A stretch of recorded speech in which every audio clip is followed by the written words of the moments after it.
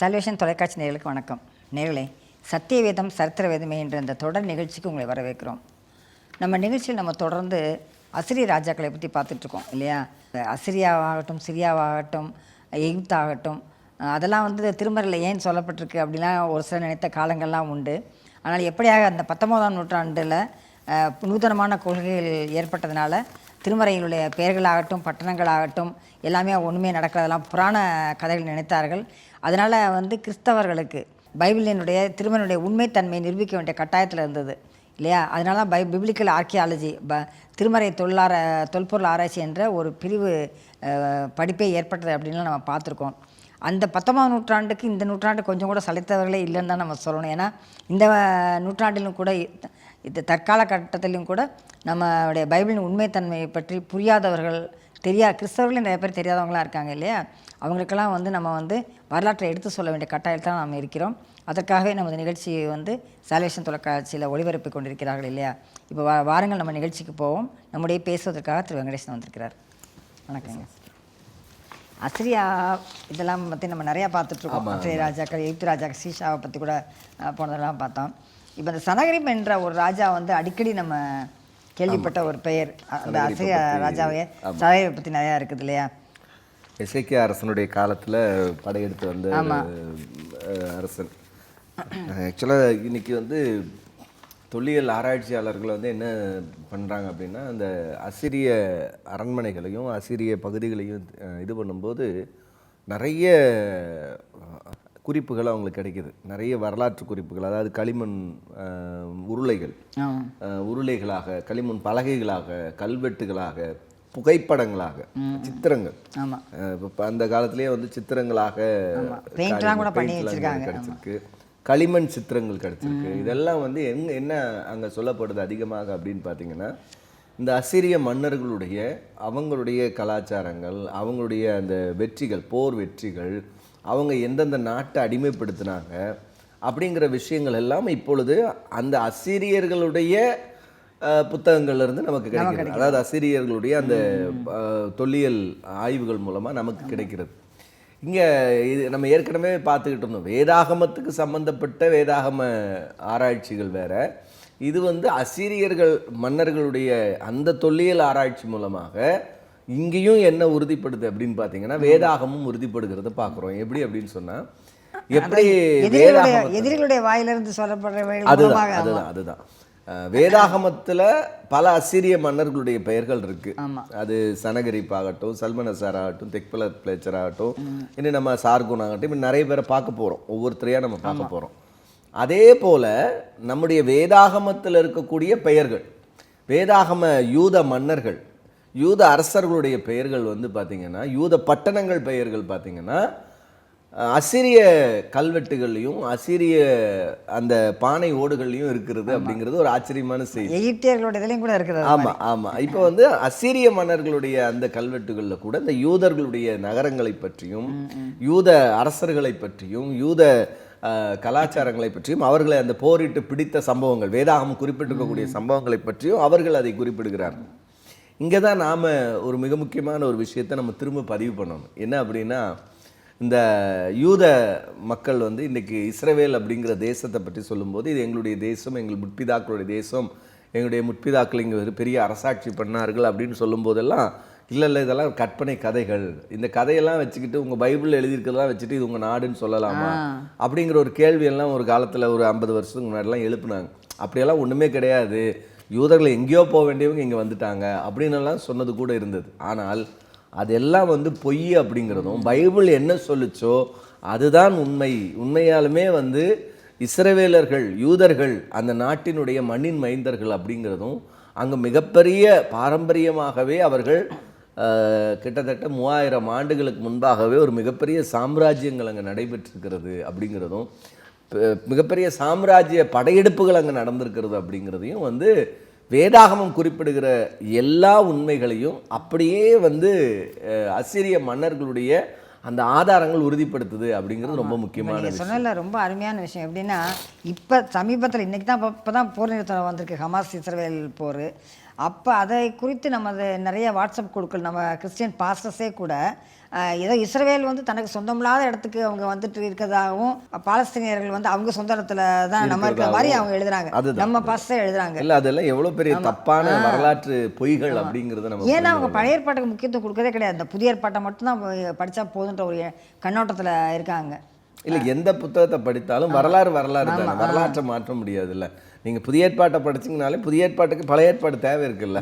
பழைய ஏற்பாட்டினுடைய ஆதாரத்துல தானே புதிய ஏற்பாட்டை நம்ம கொண்டு வரோம். பழைய ஏற்பாடுங்கிறது ஒரு நிழலா இருந்தா தான் ஒரு நிஜத்தை பத்தி நம்ம பேச முடியும். நிழலே இல்லாம நிஜத்தை பத்தி பேச முடியாது. அப்போ ஏற்கனவே இருக்கக்கூடிய ஒரு புத்தகத்தை வைத்து தான் நம்ம புதிய ஏற்பாட்டை வந்து நிறுவுறோம். இல்ல பாருங்க தேவன் வந்து இங்க சொல்லியிருக்கிறாரு அப்படிங்கிற விஷயத்த நம்ம நிறுவுறோம். அப்படின்னும் போது பழைய ஏற்பாடு அப்படிங்கிறது ரொம்ப முக்கியமானது. அப்போ அதுதான் நம்முடைய வரலாறுகளையும் நம்முடைய முற்பிதாக்களுடைய வரலாறுகளையும் நமக்கு வந்து போதிக்கக்கூடியதாக, அவருடைய வாழ்க்கைகளை பற்றி நமக்கு சொல்லக்கூடியதாக இருக்கிறது.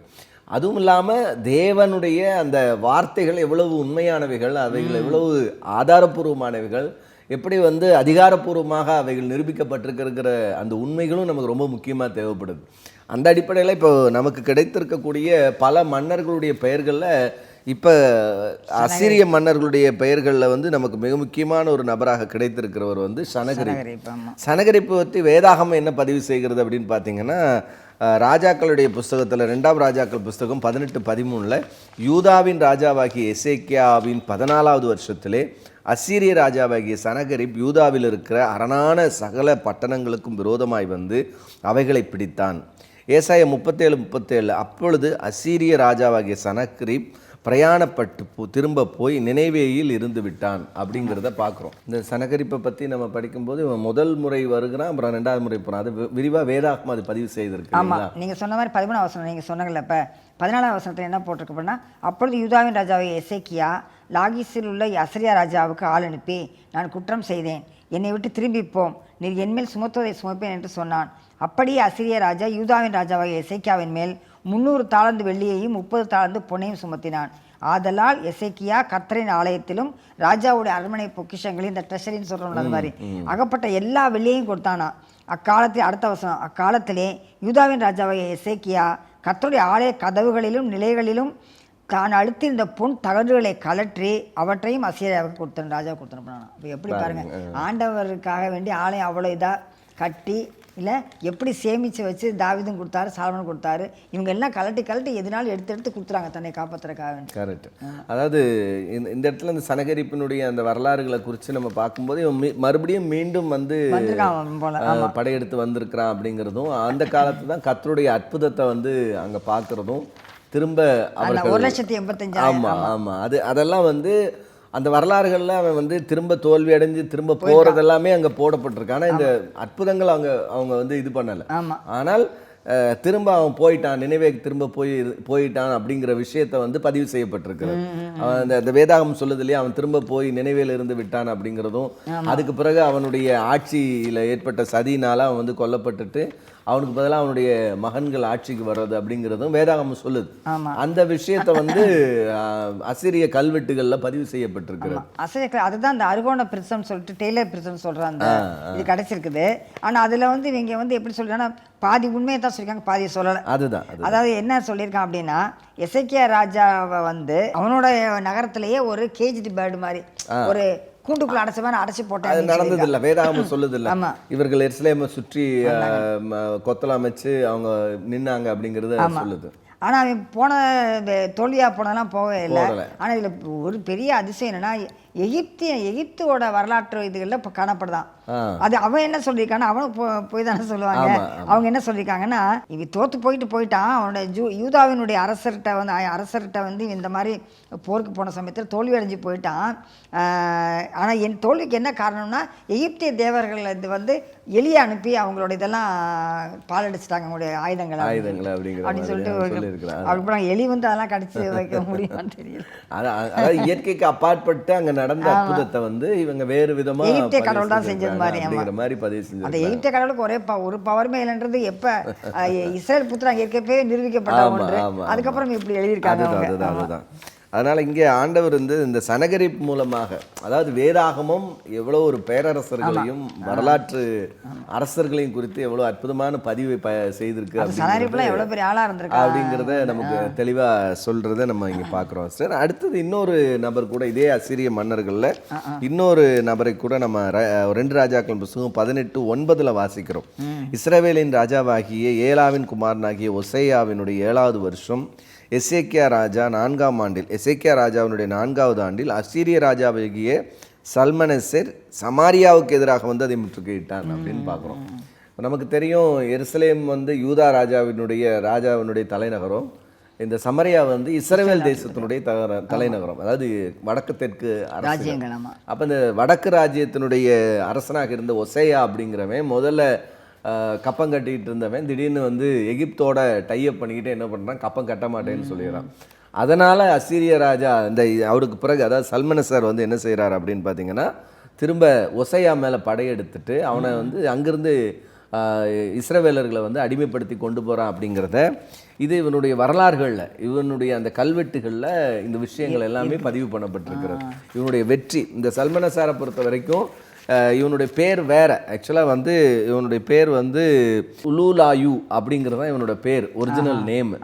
ஆனால் இவன் வந்து வேற இந்த அரசர்களுடைய படையெடுப்பினால பிடிக்கப்பட்ட நகரங்களை மேற்பார்வையிடக்கூடிய ஒரு நபராக தான் இருந்திருக்கிறான், ஒரு இளவரசனாக இருந்திருக்கிறான். இவன் அப்பா உயிரோடு இருக்கிற வரைக்கும் இவனுடைய சல்மனெசார் வந்து இவன் வந்து ஒரு இளவரசனாக இருந்திருக்கான், உலாயுலு அப்படிங்கிற அந்த நபர். ஆனால் இவனுடைய தகப்பனுடைய மரணத்துக்கு பிறகு தனது தந்தை திக்லாத்-பேச்சர் III எழுதிய கடிதம், அந்த கடிதம் வந்து இன்னும் கிடச்சிருக்கு. அதில் வந்து அவன் தெளிவுபடுத்துகிறான் என்ன அப்படின்னு கேட்டிங்கன்னா, இந்த மாதிரி நான் வந்து இங்கே இருக்கிற நகரங்கள்லாம் வந்து நல்லா இருக்குது, அதை வந்து நான் பார்வையிட்டு கொண்டிருக்கிறேன் அப்படிங்கிற. அசூர் தேசம் நன்றாக இருக்கிறது, கோயில்கள் நன்றாக இருக்கிறது, அரசனின் கோட்டை அனைத்தும் நன்றாக இருக்கிறது, என் ஆண்டவனின் இருதயம், அப்பா தந்தையை வந்து அரசனை வந்து அவன் சொல்கிறான், இருதயம் வந்து மிகவும் மகிழ்ச்சி அடையட்டும் அப்படின்னு சொல்லிட்டு கிமு 726 இந்த ஒரு கடிதத்தை வந்து தன்னுடைய தந்தை திக்லாத்-பேச்சருக்கு வந்து இவன் எழுதக்கூடிய கடிதமாக இருக்கிறது.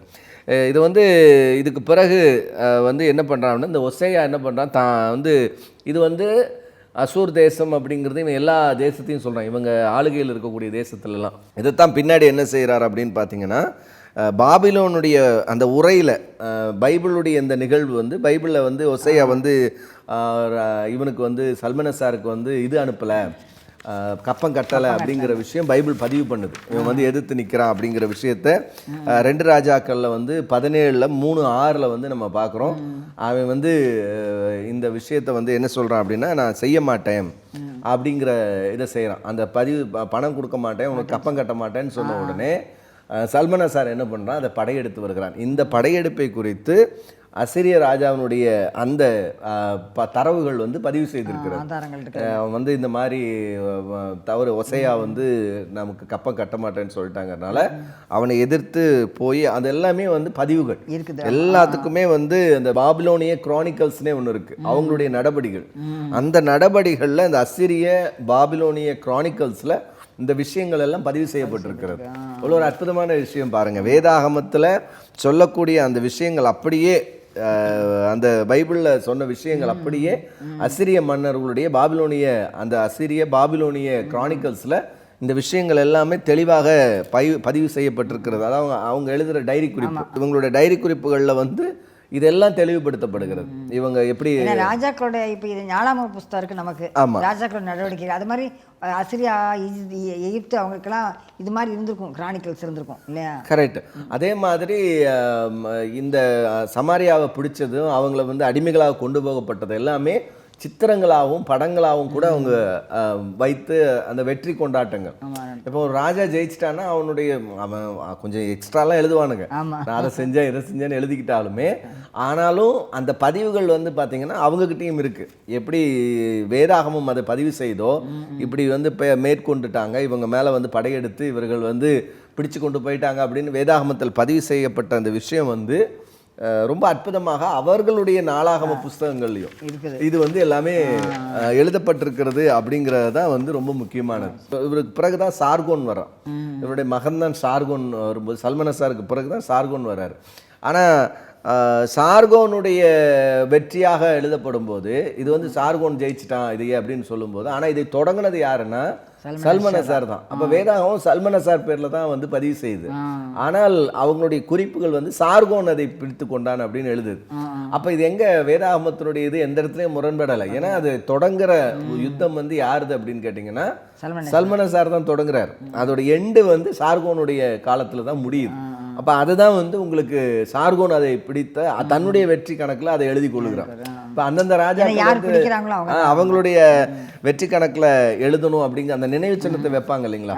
இப்போ நம்மளே இங்கே தமிழ்நாட்டிலே பார்த்தீங்கன்னா ஒரு பாலத்தை வந்து ஒருத்தர் ஆரம்பிப்பாங்க, ஒரு ஆட்சி காலத்தில் ஆரம்பிப்பாங்க.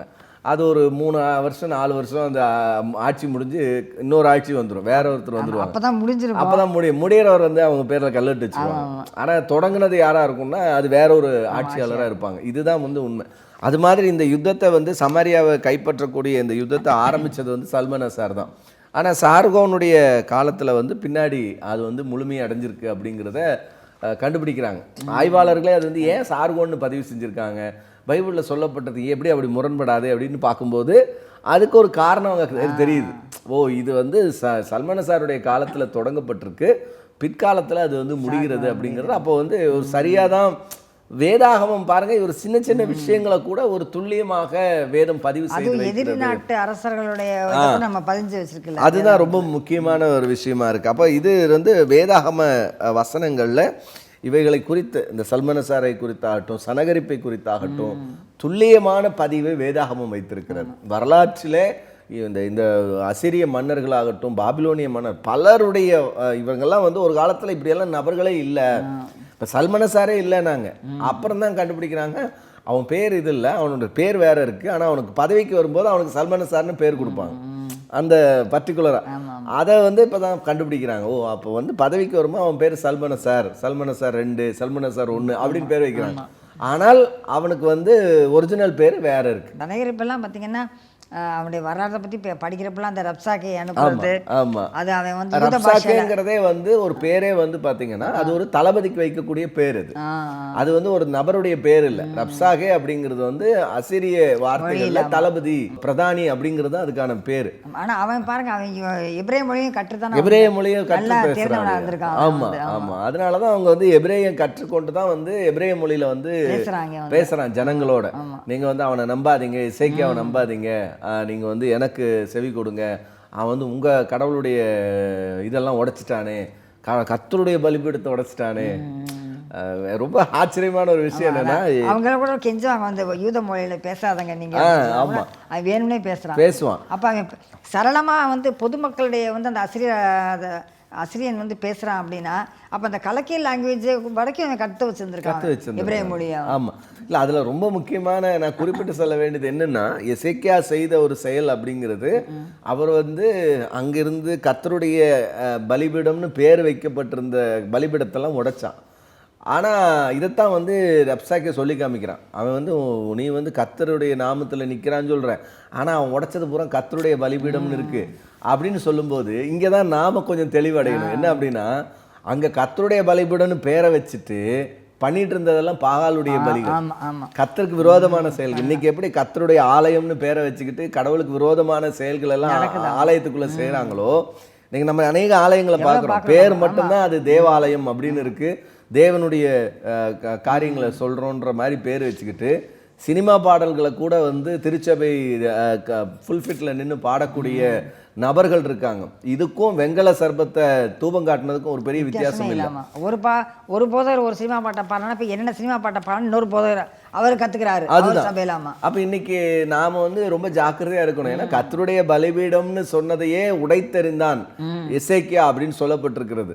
அந்நியர்களுடைய பார்வையில அது வந்து கர்த்தருடைய பலிபீடம், ரப்சாக்கேக்குடைய பார்வையில கர்த்தருடைய பலிபீடம் சொல்றான். எதிராளியே அதை ரெஜிஸ்டர் பண்ணா கர்த்தருடைய பலிபீடம்னு உங்க கர்த்தருடைய பலிபீடத்தை அவன் உடைச்சிட்டான் அப்படிங்கிறான். அப்போ அவங்க பார்வையில் அது கர்த்தருடைய பலிபீடமா இருந்தாலுமே கர்த்தருடைய பார்வையில் அது அவருடைய பலிபீடம் இல்லை. அதான் ரொம்ப கவனமா இன்னைக்கு நாம இந்த விஷயத்துல இருந்து, இந்த எசேக்கியாவினுடைய அரசனுடைய விஷயத்துல இருந்து நாம கற்றுக்கொள்றது என்னன்னா, இன்னைக்கு நிறைய நேரத்துல நிறைய பொய்யான வடிவங்கள்ல இன்னைக்கு கிறிஸ்தவ சபைகளுக்குள்ளேயே வந்து தவறான உபதேசங்களும் சரி, தவறான கொள்கை குழப்பங்களும் சரி இன்னைக்கு வந்திருக்கு. அதே மாதிரி பரிசுத்த ஆவியானவர் வந்துட்டான்ட்டு இஷ்டத்துக்கு நடக்கிறது பல இடங்கள்ல பல தவறான உபதேசங்களை வந்து போதிக்கிறத நம்ம பார்க்குறோம். அப்போ அதெல்லாம் இன்னைக்கு நம்ம வந்து ரொம்ப ஜாக்கிரதையாக இருக்கணும். ஏன்னா ஒரு வெங்கல சர்ப்பங்களாக ஆண்டவர் வந்து ஒரு காலத்தில் அதை நோக்கி பார்த்து விடுதலை பெறுங்கன்னு சொன்னார். அதை ஒருபோதும் தூபம் காட்டுவதற்கு பயன்படுத்த சொல்லலை. ஆனால் இவர்கள் தூபம் காட்டினார்கள். அதுக்கு பேர் நிகுஸ்தான்னு வச்சுருந்தாங்க. அதை எசேக்கியா உடைத்து போட்டான்னு பைபிள் சொல்லுது.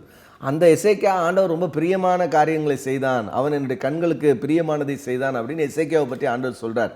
அப்படியானால் அந்நிய பார்வையில் அது தேவாலயமாக இருந்தாலும் கூட இன்றைக்கு தேவாலயத்துக்குள்ள கர்த்தருக்கு விரோதமான செயல்பாடுகளை நிறைய பேர் செய்கிறாங்க அப்படிங்கிறத புரிஞ்சுக்கிட்டு நம்ம வேத வசனங்களுக்கு நேராக திரும்பணும் அப்படிங்கிறது இந்த இதில் நம்ம அடிஷனலாக சொல்ல வேண்டியிருக்கு. ஆமாம், ஏன்னா இந்த சனகரிப்பு சல்மனசாரை பார்க்கும்போது இந்த 2 ராஜாக்களும் கிட்டையும் வந்து ஏன் ஆண்டவர் இஸ்ரவேலர்களை விட்டு கொடுத்தார் அப்படின்னு பார்த்தீங்கன்னா, அவர்கள் பல தவறான எசேக்கியா ராஜாவுடைய காலத்தில் அது நடக்கலை. எசேக்கியாவை ஆண்டவர் விட்டு கொடுக்கல. ஏன்னா அவன் தேவனுடைய மனிதனாக இருந்தான். அவனை ஆண்டவர் வந்து அற்புதமாக சனகரிப்பிடத்திலிருந்து காப்பாற்றினார். ஆனால் ஒசேயா சல்மனசார் இடத்துல விழுந்து போனான். ஏன் விழுந்து போனான் அப்படின்னா, அவன் கடவுளுக்கு பிரியமில்லாதவனாக வாழ்ந்தான். அந்த நாடு, இஸ்ரவேல் நாடு, இந்த சமாரியா வந்து கடவுளுக்கு பிரியமில்லாததாக ஆரம்பத்திலிருந்தே இருந்தது. ஆரம்பத்திலிருந்தே அவர்கள் 2 கன்றுக்குட்டிகளுடைய கோயிலை கட்டி அவர்கள் அங்கே ஆராதிக்க ஆரம்பித்து விட்டார்கள். ஏன்னா அதை எரோபியாமே செஞ்சிட்டான். ஆரம்பத்தில் எரோபியாமை பற்றி நம்ம கடந்த ப்ரோக்ராமில் பேசணும்.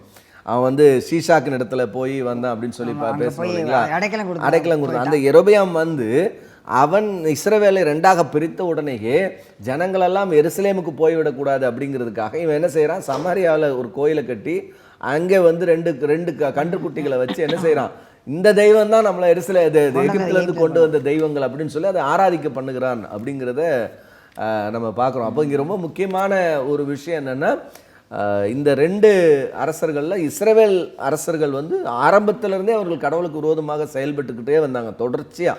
அதனுடைய விளைவாகத்தான் நம்ம பார்க்குறோம். அவங்க முதல்லையே அவங்க என்ன பண்ணப்படுறாங்க, அசிரிய மன்னர்களிடத்தில் விட்டு கொடுக்கப்படுகிறார்கள். அவர்களை வந்து அடிமைப்படுத்தி கொண்டு போகிறாங்க. முதல் அசிரியர்கள் அடிமைப்படுத்துகிறாங்க, அப்புறம் பாபிலோனியர்கள் அடிமைப்படுத்துகிறாங்க. இந்த அசிரிய மன்னன் இவன் சல்மனசார் வந்து அடிமைப்படுத்துறதை பார்க்குறான். அந்த ஒசேயா அப்படிங்கிற அரசனையும் அவன் வந்து எகிப்துக்கிட்ட போய் தஞ்சம் அடைஞ்சிட்டாங்கிறனால அவன் எவ்வளோ மன்னிப்பு கேட்டால் அவனை கேட்காம அவன் என்ன செய்கிறான், அவனை வந்து அந்த சமாரிய தேசங்களை எல்லாம் பிடிச்சிட்டு அவங்கள அடிமைகளாக கொண்டு போகிறான் அப்படிங்கிற செய்தி வந்து ரொம்ப முக்கியமான செய்தியாக இருக்குது சிஸ்டர். நேயர்களே, நம்ம நிகழ்ச்சியில் நம்ம சத்திய வேதமானது எப்படி சரித்திர வேதமாக இருக்கிறது என்பதற்கான தரவுகளை ஆதாரங்களை நம்ம பார்த்து கொண்டிருந்தாலும் கூட பல செய்திகள் நமக்கு வந்து வருது. இந்த நிகழ்ச்சியில் குறிப்பாக திரு வெங்கடேசன் சொல்லிட்டு இருந்தார் பார்த்தீங்களா, பலிபீடத்தை தேவனுடைய பலிபீடத்தை அந்நியர்களே வந்து கர்த்தருடைய பலிபீடம் அப்படின்னு சொல்லி ரெகக்னைஸ் பண்ணி அங்கீகாரம் பண்ணுறாங்க இல்லையா. அதே போல் நம்ம கற்றுக்கிற செய்தி என்ன இந்த நிகழ்ச்சியில் இருந்ததுன்னா, நிறைய ஆலயங்களில் பார்க்கலாம். இப்போ ஒவ்வொன்றா பரவி கொண்டே வருகிறது. ஆண்டவருக்கு துதி செலுத்துகிறோம், ஆண்டவருக்கு ஆராதனை செய்கிறோம் என்று நம்ம நினைக்கக்கூடாதபடி சினிமா பாடலை பாடுவதும், தேவையற்ற முறையில் டான்ஸு, இந்த குத்தாட்டம் இதெல்லாம் போடுறதும் ஆலயத்துக்குள்ளே இதெல்லாம் நம்ம வந்து பார்த்து கொண்டு இருக்கிறோம். விசுவாசிகளாக நாம் தான் இதுக்கு முக்கிய காரணம் கூட நம்ம சொல்லலாம். ஏனென்றால் நம்ம அதெல்லாம் பார்த்துக்கிட்டு கைதட்டிக்கிட்டு அவமே நல்ல அப்படிலாம் நம்ம சொல்கிறதுனால தான் அந்த அப்படி கள்ள உபதேசங்களை இப்போ வந்து போதிக்கிற போதகர்கள் வந்து என்ன பண்ணுறாங்க, இன்னுமாக அவங்க வந்து தே ஆர் கெட்டிங் என்கரேஜிங் தான் நம்ம சொல்லணும். எவ்வளோ அருமையான வேதத்தை ஆண்டவர் நம்ம கொடுத்துருக்கார். வேதத்தில் எல்லா விஷயமே இருக்குது. எப்படி ஆண்டவரை துதிக்கணும், எப்படி ஆராதனை செய்யணும், என்னத்தை நம்ம பிரசங்கிக்கணும், எப்படிப்பட்ட பிரசங்கள் நம்ம கேட்கணும், எல்லாத்துக்கும் வேதத்தில் ஆதாரம் இருக்குது. இப்படிப்பட்ட சத்தியவேதம் சரித்திர வேதம் என்பதற்காக நிகழ்ச்சியில் நாங்கள் வந்து அதெல்லாம் நிரூபிக்கத்தான் எல்லாம் பாடுபட்டுருக்கோம். எனவே நீங்களும் கூட ஆண்டவராகிய தேவன் கர்த்தராகிய இயேசு கிறிஸ்துவானவர் சொல்லிய பாதைகளை விட்டு விலகாமல் நல்ல சபைக்கு போங்க. உங்கள் சபையில் வந்து வேறு ஏதாவது வந்து போலியான கள்ள உபதேசம் இருந்தால் அந்த சபையை விட்டு நீங்கள் வந்து விலகிருங்கள். சத்தியவேதம் சரித்திர வேதமே என்ற நிகழ்ச்சியை தொடர்ந்து பாருங்கள். மீண்டும் அடுத்த நிகழ்ச்சியை சந்திக்கும் வரை சால்வேஷன் தொலைக்காட்சியோடு இணைந்திருங்கள். நன்றி, வணக்கம்.